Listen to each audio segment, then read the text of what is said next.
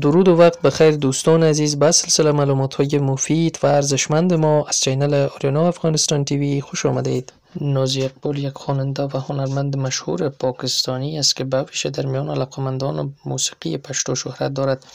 او در دهه‌های اخیر با صدای دلنشین و اجرای ترانه‌های عاشقانه و فولکلور پشتو و فارسی به شهرت بالایی در مناطق پشتون نشین و افغانستان دست یافته است. بیشتر آهنگ‌های او به زبان پشتو است، اما به زبان‌های دیگر از جمله اردو، پنجابی و فارسی اجرا کرده است.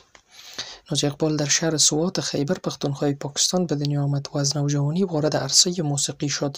او با اجرای آهنگ‌های شاد محلی و سنتی در رویدادها و مراسم‌ها و همچنین ضبط آلبوم‌های موفق محبوبیت زیادی کسب کرد.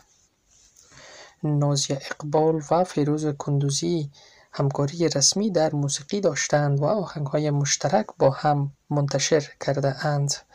نازی اقبال با بسیاری از هنرمندان پشتو در پاکستان همکاری کرده و همچنان با فیروز کندوزی در افغانستان ارتباط هنری زیاد داشته است.